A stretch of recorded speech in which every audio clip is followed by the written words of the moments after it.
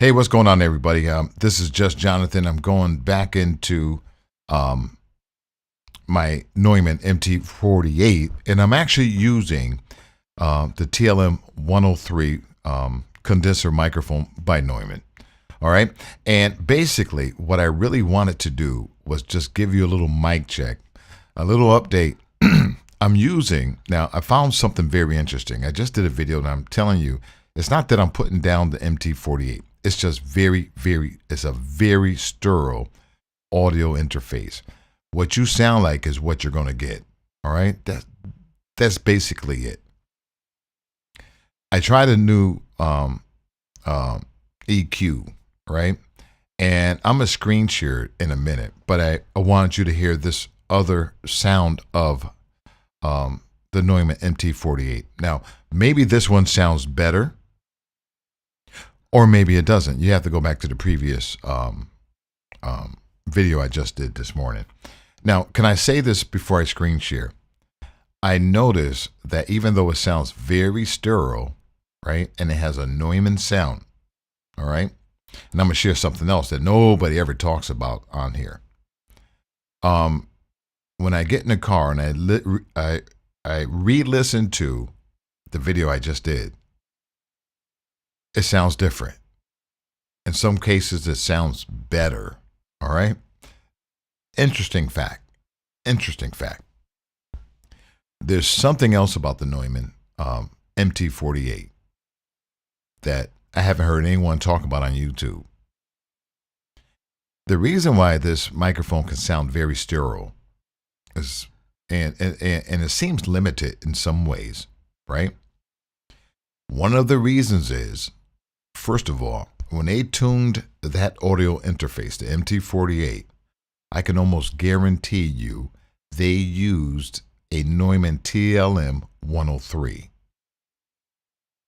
And I'll tell you why before I do the screen share. Everyone knows that the TLM 103 is a very clear and quiet microphone, but at the same time, it will pick up everything in its vicinity. All right. Right now, it's doing pretty good because I'm in an untreated space, right? I'm using EQ, gate, and compression and a limiter. That's built in, a part of the DSP in the MT-48. The reason why I know that this audio interface is tuned to their own product, which it makes sense, is because if everyone knows the TLM 103 is a very hot mic from 5K and on, right? It's a hot mic. How does it sound right now? I bet you it doesn't sound hot from 5K on. And the reason why I bring that up is because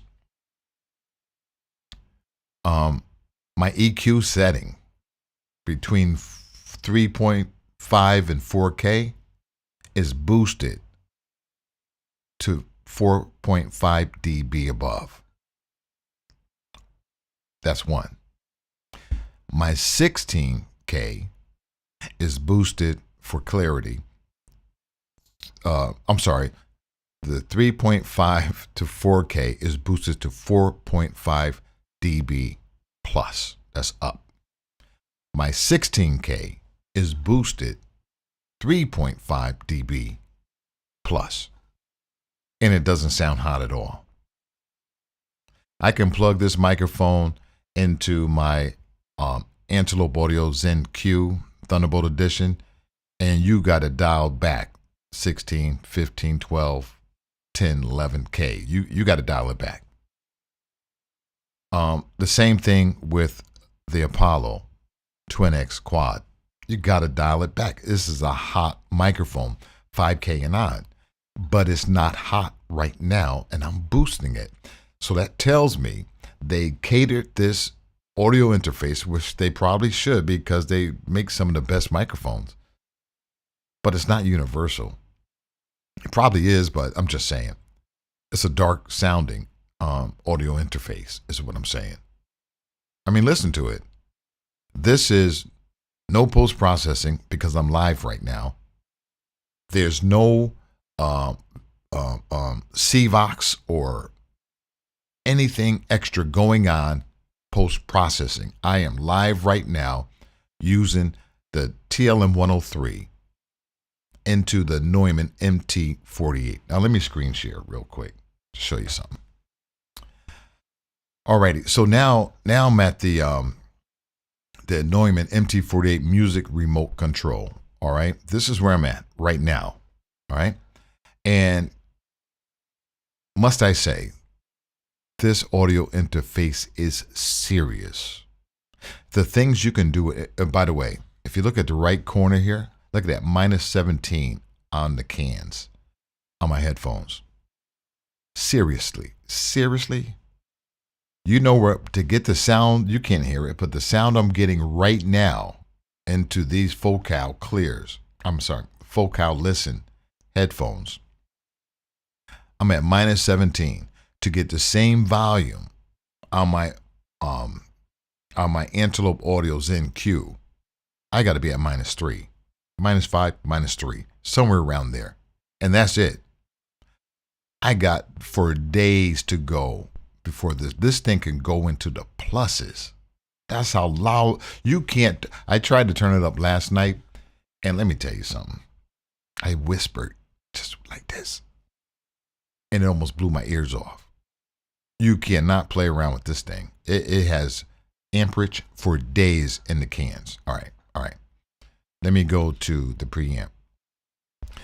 The preamp, as you see, I have a low cut at 40 hertz, and there's a reason why. All right. That's because normal cutoffs start further up, away from what they call it. That's why. So if you cut off at 40, it's really cutting off at 60. It really is. If you're cutting off at 80, it's cutting off at 100. It's sloping down way before it starts where you call it. But look here, I'm at 25 dB.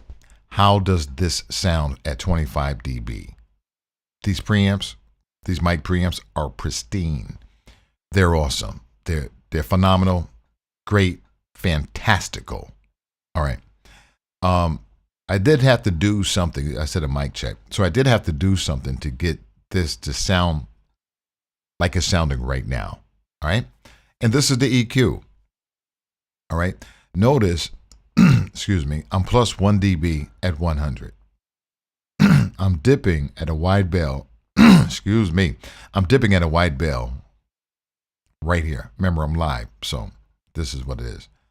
At a wide bell. And I'm only doing that to relieve some of the echo. All right. That's the only reason why I'm dipping there like that.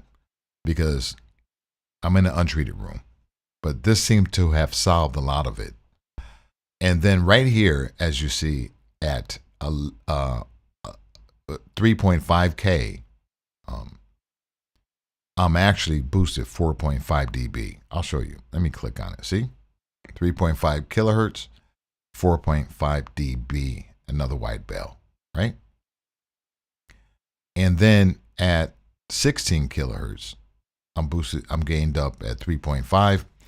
And another wide bell right here. All right. So basically, the reason why I'm showing you that is because it's not hot at all in that range. And I'm getting some clarity, but it's not hot. Are you following me? All right. So and I'll go back through the dynamics again.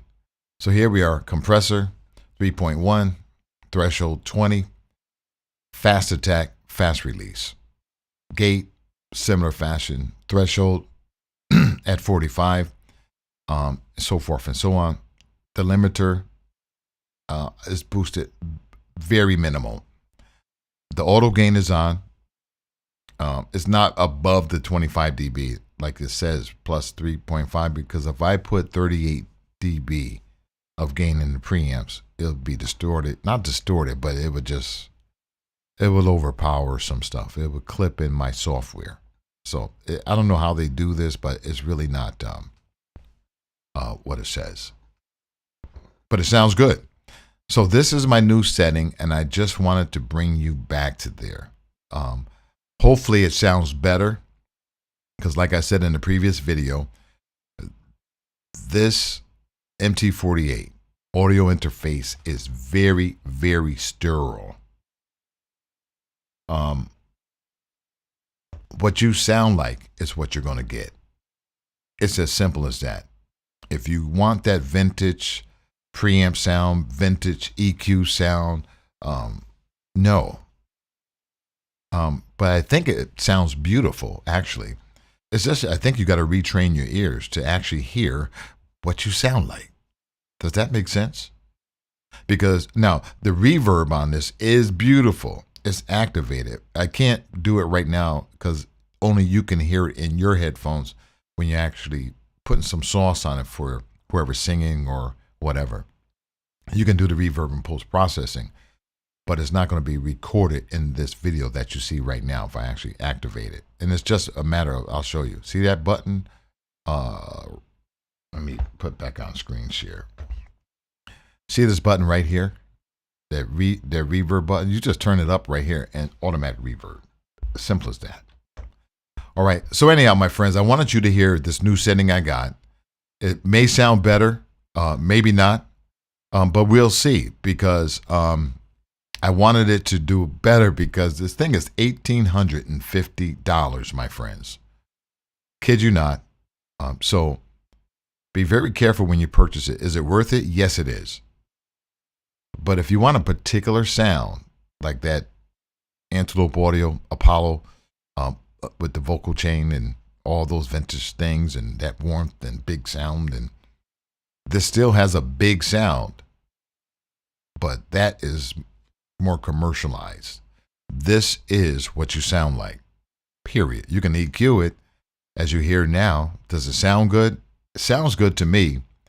In the car, it sounds even better for some reason in the car. I don't know why. But this sound, I get, now check this out before I go. These I call my car headphones right here. These are my Focal Listen headphones. And I put leather skins on them, pads. So that way it sounds like what's in my car. Because if I put on, I'll show you. If I put these on, this is how they come. This is as raw to sound you're going to get. Trust me. It doesn't sound like this with the leather pads. These have cloth pads. This is how they come. Very pure. I mean pure. Probably pure just like this MT-48. But anyhow, I wanted to share this with you. And pick yourself up an MT-48. It's going to give you what you want. It's not going to add nothing to it. It's going to give you what you want, pure clarity. If you're a voice artist, if you do voiceovers, and I'm sure your clients will be happy because this is going to give you what you actually sound like with no coloration. It has a little flavor. It's a little warm. I think it's a dark audio interface, right? Because like I said, this is a TLM 103. And I got things boosted in the high end, and this thing is crazy boosted from 5K on, and you don't hear it. So, food for thought. You got to EQ it a certain way for other situations. Matter of fact, if this is not hot and I got this boosted, imagine what a Shure SM7B would sound like. Probably darker. But anyhow, I wanted you to hear this new setting of mine. This is another microphone check with the Neumann TLM 103 going into the MT-48.